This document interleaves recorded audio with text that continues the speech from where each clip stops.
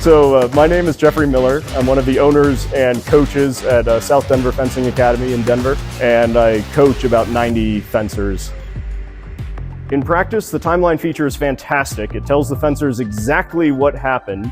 It doesn't tell them the right of way, but it tells them physically what happened on strip and when it happened, so that they can figure out exactly what they need to fix going into the next touch. You can see if your light didn't go on, you can see how late you were.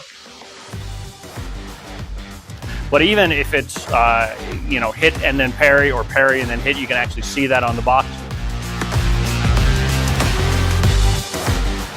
I don't want to say it's like an AI coach, but it's a little bit like an AI coach.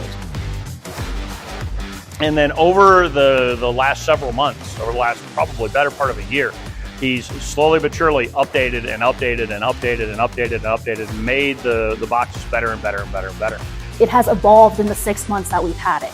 How much growth we can continue to get out of it is really great. We're very happy with him, and we think everybody else will be too.